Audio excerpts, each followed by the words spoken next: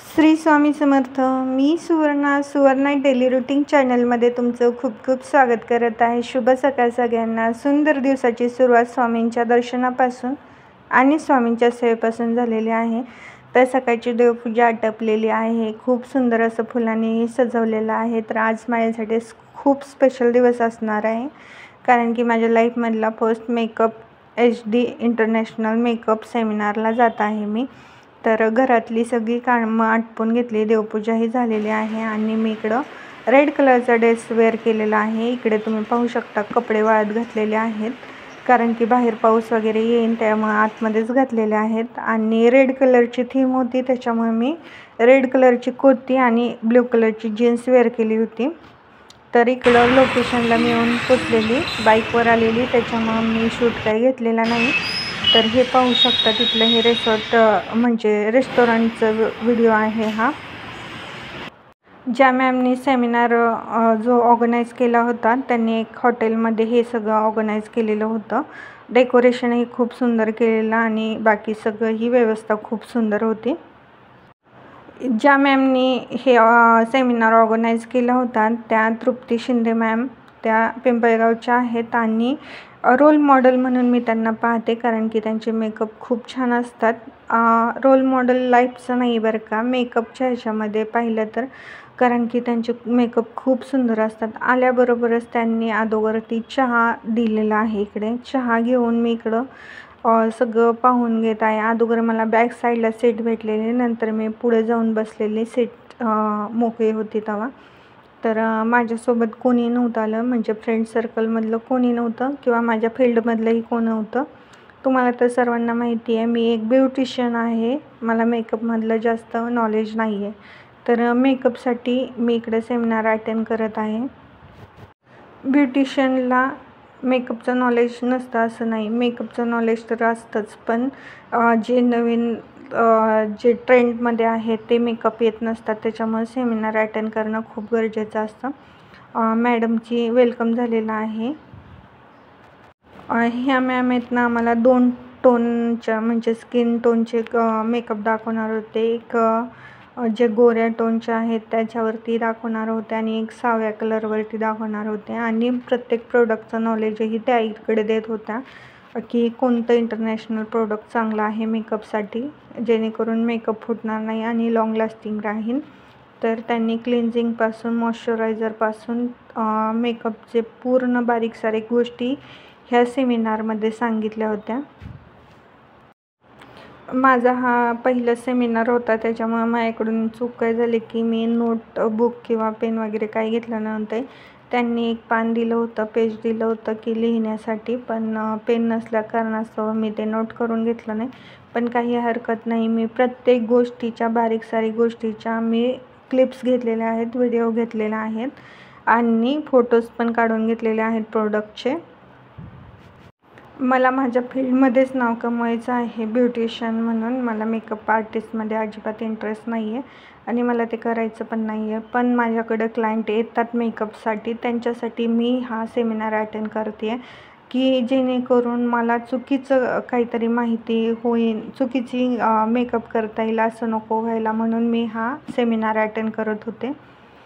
कारण की जेव्हा आपण मेकअप आर्टिस्टच्या फील्डमध्ये जातो तर आपल्याला त्याचं सगळं नॉलेज असायला पाहिजेत आणि तेवढी आपण व्हॅनिटी पण घेऊ शकू याचा आपल्याला अंदाज आला असेल तरच आपण ह्या मेकअप आर्टिस्टच्या फील्डमध्ये जायला पाहिजेत. कारण की मेकअप आर्टिस्ट होणं साधं सोपं गोष्ट नाही आहे, कारण की ह्याचे प्रोडक्ट खूप एक्सपेन्सिव्ह आहेत.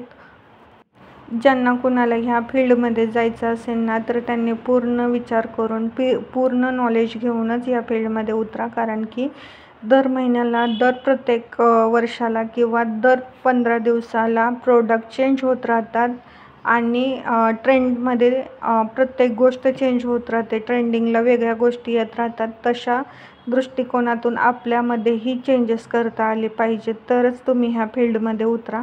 आणि शक्यतो आत्ता ट्रेंड फक्त मेकअप आर्टिस्टचं चालू आहे, ब्युटिशियनचं चालू नाही आहे. त्यामुळं माझं म्हणजे दृष्टिकोन फक्त मेकअप आर्टिस्टसाठी आहेत. जे हे सर दिसतात आहे ना, त्यांनी प्रोडक्ट तिथं सेल करायला आणलेले होते.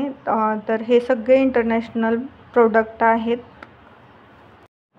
असं नाही आहे की मला या फील्डमध्ये इंटरेस्ट नाही आहे किंवा मला हे करायचंच नाही आहे, पण माझ्याकडे कस्टमर आले तर मी तेवढ्याच ह्याने उत्साहाने मी मेकअप करत असते, हेअरस्टाईल करत असते किंवा ब्युटिशियनचं जे काय काम असेल मी ते करत असते. त्यामुळं आपण जे आयुष्यामध्ये आहोत तर काही ना काही शिकत गेलं पाहिजेत या दृष्टिकोनाने तर मी आहेच.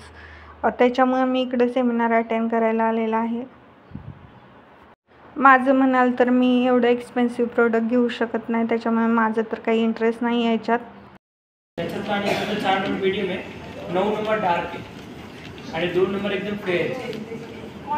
4 आणि 9 नंबर घेऊ शकतो. शॉपरेजमध्ये 4 नंबर आणि 9 नंबर. 4 फेअर आहे का? 4 फेअर आहे, मीडियम फेअर आहे. एकदम फेअर पाहिजे असेल तर 2 नंबर. नाही, दोन्ही सेम नंबर शेड.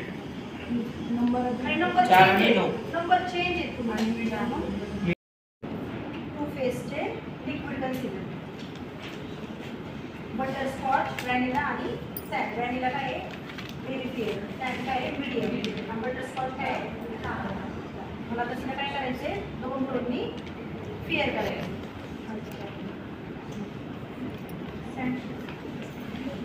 दोन्ही ते मिक्स कन्सिलर लावताना इनर आणि आउटर इकडेला लावायचं नाही, कारण तुम्ही असेल तर लूज असते, फक्त आतमध्ये घ्यायचं, त्या जागेवर लावायचं. टू फेस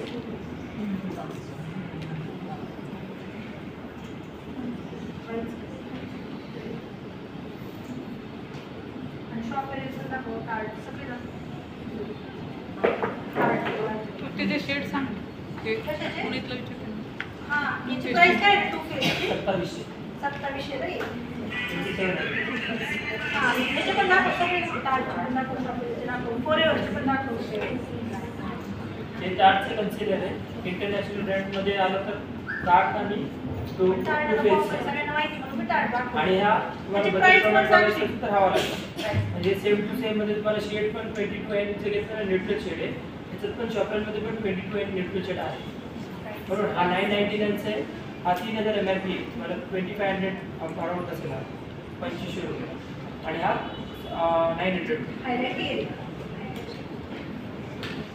स्ट्रॉबेरी पण सांगशील ना तुम्ही तेवढं. आणि मोठा पण आला आहे 6000 मध्ये, सगळे शेड्स पण आणि स्टेटस पण आहे. तुमचं म्हणणं असेल मला जर ह्याच्यामध्ये इंटरेस्ट नसेलच तर मग मी सेमिनार अटेंड करायला का गेले, तर याची खूप कारणं होती. पहिली गोष्ट, नवीन काहीतरी शिकायला भेटेल आणि मेकअप कसं करतात ते आता ट्रेंडिंगला आहे ते, तर त्याचा अनुभव घ्यायचा होता. कारण की माझ्याकडेही सायडरसाठी क्लायंट असतात. तर खरोखरच ह्या मॅमचा मेकअप खूप सुंदर होता. जी मॉडेल होती ती पाहू शकता तुमच्यासमोरच आहे. खूप छान त्यांनी हेअरस्टाईलसुद्धा केली होती. तर त्यांचा मेकअपमध्ये कोणीच हात धरू शकत नाही. खरोखरच त्यांचा मेकअप एकदम भारी झालेला आणि एक छान असा अनुभव मला भेटला इकडे येऊन. प्रत्येक जणाच्या हातामध्ये एक कला असते आणि कलेबरोबरच प्रोडक्ट पण पाहिजेत तसे घेण्यात आले पाहिजेत आपल्याकडून, तरच आपण ह्या फील्डमध्ये चांगलं काम करू शकतो. तर इकडं पाहू शकता सगळे त्यांचे इथले ब्रँडेड इंटरनॅशनल प्रोडक्ट आहेत, नाक्सचे आहेत आणि भरपूर सारे असे हुडा ब्युटीचे वगैरे मेकअप स्टुडिओचे प्रोडक्ट आहेत त्यांचे सगळे. तुम्ही नावं वगैरे ऐकले असतील या सगळ्या गोष्टींची. तर मी या सगळ्याचा फोटोज काढून घेतलेले आहेत आणि शूटही घेतलेलं आहे. तर हे सगळं मी जेव्हा माझ्याकडे जमेन तेव्हा मी नक्की घेईल आणि मला जर खरोखरच यामध्ये फील्डमध्ये जायचं असेल तर मी हे सगळं सामान वगैरे घ्यायचे इच्छा तर माझी भरपूर आहे. तेवढं क्लायंटने पण आपल्याला सपोर्ट दिला पाहिजेत, कारण की माझ्याकडे जे क्लायंट येतात ते खूपच म्हणजे आपल्याला कमी लेखतात, म्हणजे कमी प्राइजेसमध्ये आपल्याला तोलतात वगैरे. तर हे सगळं झाल्याच्या नंतर इकडं जेवण होतं. जेवण म्हणता येणार नाही, नाश्ता होता. पावभाजी होती, पुलाव, कोशिंबीर असं इथला नाश्त्याचा बेत होता.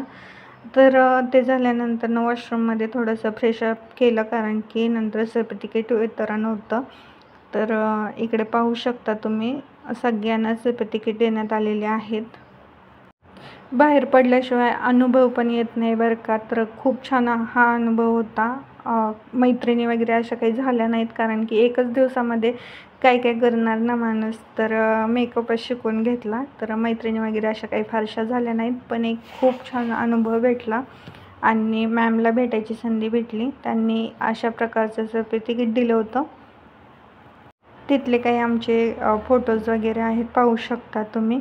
आजचा व्हिडिओ कसा वाटला नक्की कमेंटमध्ये सांगा. व्हिडिओ जर तुम्हाला आवडला असेल तर लाईक शेअर सबस्क्राईब करायला विसरू नका. आणि तुम्ही या मॅडमला जर भेटला असाल तर नक्की कमेंटमध्ये सांगा तुम्हाला यांचे मेकअप कसे वाटतात ते. घरी येत्या टायमिंगला मिस्टर रस्त्यामध्ये भेटले, तर मग म्हटले चहा घेऊयात. तर त्यांच्यासोबत मस्त असं चहा घेतला. 5 वाजले होते. चहा घेऊन घरी परतलो आणि आजच्या व्हिडिओमध्ये एवढंच होतं. भेटूयात पुढच्या व्हिडिओमध्ये. तोपर्यंत सर्वांना बाय बाय.